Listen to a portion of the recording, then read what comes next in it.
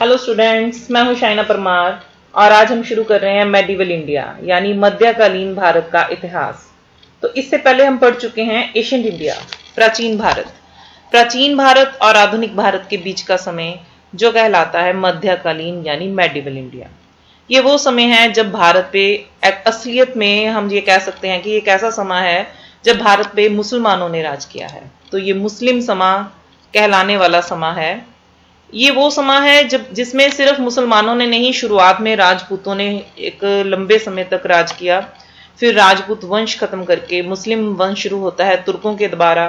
फिर अफगान आते हैं, फिर मुगल आते हैं, बीच में चालुक्य, पांडे, पल्लव, राष्ट्रकूट, ये सब हम पढ़ चुके हैं।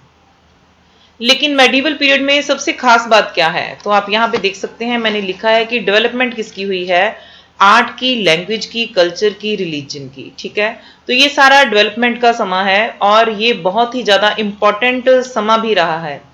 हालांकि ये माना गया है कि भारत पे सबसे पहले जो मुस्लिम हमला होता है वो 8वीं सदी में होता है। मोहम्मद बिन कासिम 711 ईस्वी में हमला करता है। ठीक है, और कुछ इलाके वो भारत की जीत भी लेता है, सिंध मुल्तान पे भी हमला कर लेता है, लेकिन वो इसमें अपना राज्य नहीं स्थापित कर पाता। तो भारत में जो मुसलमानों के द्वारा राज्य स्थापित किया गया है एक मुस्लिम जाति के द्वारा, तो वो है सबसे पहले भारत पे अपना साम्राज्य स्थापित करने वाले कौन है, तुर्क हैं। तो हम पढ़ने वाले हैं तुर्किश डायनेस्टी। तो आप ये जान ले कि हमने पहले भी एशियंट इंडिया को बहुत डिटेल में पढ़ा है, लेकिन सिलेबस का ध्यान रखते हुए। तो इस बार भी हम मेडिवल इंडिया को सिलेबस का ध्यान रखते हुए पढ़ेंगे। जो जरूरी है उसे डिटेल में पढ़ेंगे, जो सिलेबस में नहीं है फिर भी हम उसे पढ़ते जो जरूर ही जाएंगे। ठीक है, तो हमारे यहाँ पे उन्होंने हमें तुर्कों के हमले के बारे में पूछा है, जिसमें उन्होंने स्पेशली पूछा है मोहम्मद गौरी के बारे में।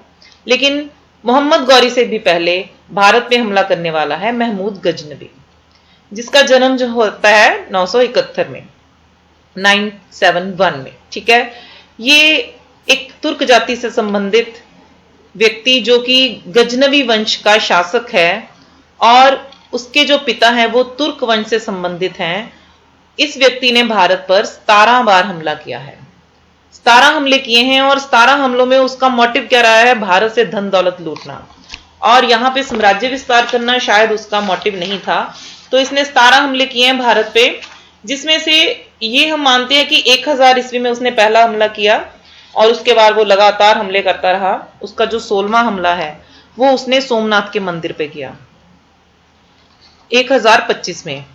तो वहां से उसका मेन मोटिव क्या था, सिर्फ सोने को ही लूटना वहां का उसका मोटिव था। ये माना गया है कि भारत में जो धन दौलत उसने सोमनाथ के मंदिर से प्राप्त की, उसका 100वां हिस्सा भी किसी भारतीय शासक के पास नहीं था। तो उसने खूब खजाना यहां से लूटा, वो सोने की जंजीरें ले गया, वो उसने शिवलिंग तक को तोड़ दिया, सोमनाथ का मंदिर जिसपे उसने हमला किया। और वहां का राजा जो था अहिनवाड़, काठियावाड़ के पास ये मंदिर माना गया है, और उसका जो शासक था भीमदेव, वो तो अपना शहर छोड़ के ही भाग गया। तो इसने जो अपना 16वां हमला है सोमनाथ मंदिर का, इसमें खूब जीत प्राप्त की। और उसका 17वां हमला है जो आखिर वाला हमला है वो 1027 ईस्वी में है।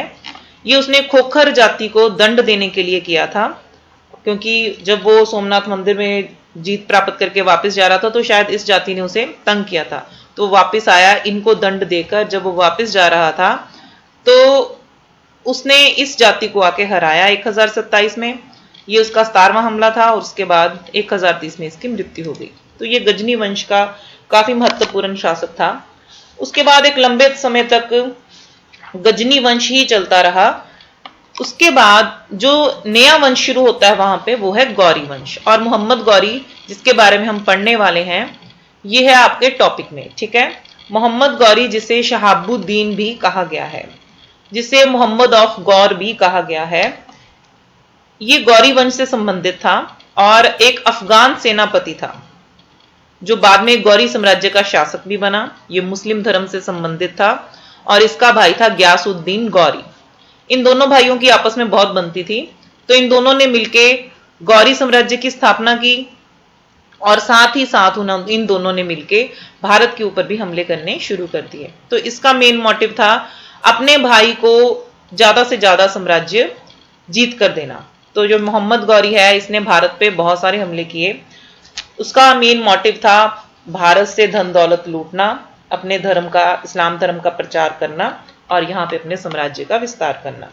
तो इसका पहला हमला है जो 1175 ईस्वी में मुल्तान पर है। उसके बाद इसने उच्च पे भी हमला किया 1175 में, अहिलवाड़ा पे 1178 में हमला किया है। पाटन गुजरात के शासक भीमराव द्वितीय को भी उसने आक्रमण किया है, लेकिन खुद मोहम्मद गौरी उसमें हार गया है। और यह भी माना गया है कि मोहम्मद गौरी ने पंजाब के ऊपर भी हमला किया 1186 में लाहौर में। और इसके अलावा उसने और भी कई छोटे छोटे हमले किए हैं। चंदावर के युद्ध में उसने दिल्ली के गढ़वाल वंश के शासक जयचंद को भी पराजित किया है। तो बहुत सारे हमले आपके सामने लिखे पड़े हैं, ये सारे आप नोट कर सकते हैं। लेकिन इसकी दो महत्वपूर्ण लड़ाइयां हैं जो हमें पढ़नी है, वो है तराइन की पहली लड़ाई और तराइन की दूसरी लड़ाई। फर्स्ट बैटल ऑफ तराइन 1191 है और सेकेंड बैटल ऑफ तराइन 1192 है। ये दोनों लड़ाइयां उसकी किसके साथ होती हैं? राजपूत शासक पृथ्वीराज चौहान के साथ। तो आप देख सकते हैं पृथ्वीराज चौहान जो है राजपूत शासक है और उसका साम्राज्य बहुत फैला हुआ है, उसके पास खूब सारी शक्ति है और वो चौहान वंश का एक महान शासक है। ये पृथ्वीराज तीसरे की बात हो रही है। तो जब मोहम्मद गौरी अपनी सेना लेके पृथ्वीराज तीसरे के ऊपर हमला करता है तो यह माना गया है कि पृथ्वीराज के पास 2 लाख घुड़सवार सेना है और 3000 हाथी है और मोहम्मद गौरी के पास 50,000 सैनिक है।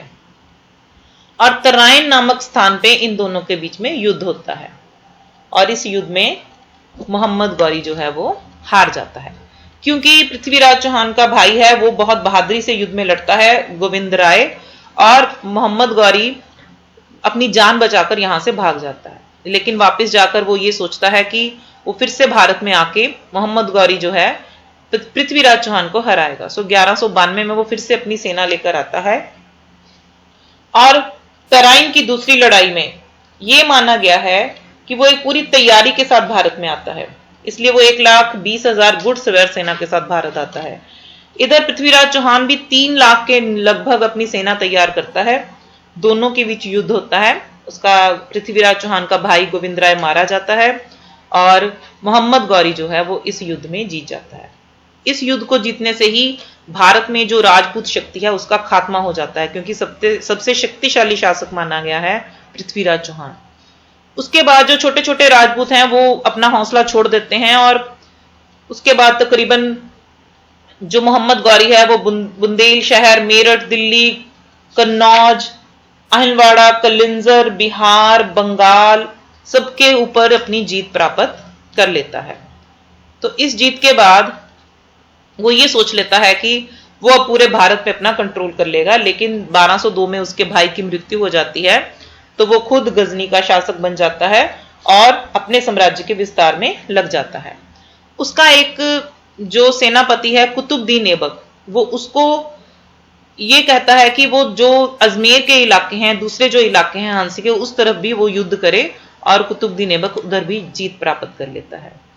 तो इस तरह से वो अपना एक विशाल साम्राज्य स्थापित करता है मोहम्मद गौरी। लेकिन उसके बाद क्या होता है, 1205 ईस्वी में खोखर जाती है जो, उनके विद्रोह की वजह से उसकी मौत हो जाती है। तो वो वापस जाना चाहता है और रास्ते में क्या होता है, 15 मार्च 1206 ईस्वी में पाकिस्तान की जेहलम नदी के किनारे पर खोखर नामक जाति है, एक जाटों का समूह है, वो मोहम्मद गौरी के ऊपर हमला कर देता है और उससे क्या होता है, मोहम्मद गौरी जो है मारा जाता है। तो मोहम्मद गौरी जो अभी पूरे भारत पे राज करने की तैयारियां कर रहा था, एक विशाल साम्राज्य बना रहा था और उसने सोचा भी नहीं था कि इतनी जल्दी वो इस दुनिया से चला जाएगा। वो 1206 में उसकी मृत्यु भी हो जाती है। अभी अभी उसे 4 साल ही होते हैं अपना साम्राज्य स्थापित किए हुए। तो अपनी मौत के बाद, उसकी मौत के बाद अब उसका कोई पुत्र तो था नहीं जो जिसे वो अपनी राजगद्दी देता, क्योंकि जब वो गजनी वापस जाता है तो वो अपना सारा इलाका किसके जिम्मे छोड़ जाता है, उत्तरी भारत का कुतुबुद्दीन ऐबक के हवाले। इसलिए उसकी मौत के बाद जो उसका सेनापति है कुतुबुद्दीन ऐबक, वो दिल्ली में अपना साम्राज्य स्थापित कर लेता है और एक नए वंश की शुरुआत करता है जिसे हम कहते हैं दिल्ली सल्तनत। क्योंकि कुतुबुद्दीन ऐबक मोहम्मद गौरी का गुलाम था, इसलिए जब कुतुबुद्दीन ऐबक दिल्ली का राजा बनता है तो वहीं से शुरू होता है गुलाम वंश। तो ये था हमारा तुर्क साम्राज्य की स्थापना से संबंधित एक क्वेश्चन, जिसमें मोहम्मद गौरी का क्वेश्चन अक्सर एग्जाम में आ जाता है, लेकिन इसी में दो क्वेश्चन और हैं जो काफी हद तक ज्यादा इंपॉर्टेंट हैं, जिसमें है इल्तुतमिश और बलबन। तो बलबन बहुत ही महत्वपूर्ण है, इल्तुतमिश उससे कम है और मोहम्मद गौरी उससे कम है। तो हमने मोहम्मद गौरी पढ़ लिया और इसके बाद हम पढ़ने वाले हैं नेक्स्ट चैप्टर में, वो है इल्तुतमिश। और इल्तुतमिश से पहले हम पढ़ेंगे दिल्ली सल्तनत क्या है, गुलाम वंश क्या है, इसके और क्या नाम है और कितने शासक हुए हैं दिल्ली सल्तनत के। चैनल के साथ जुड़े रहें, सब्सक्राइब करें। Thank you so much.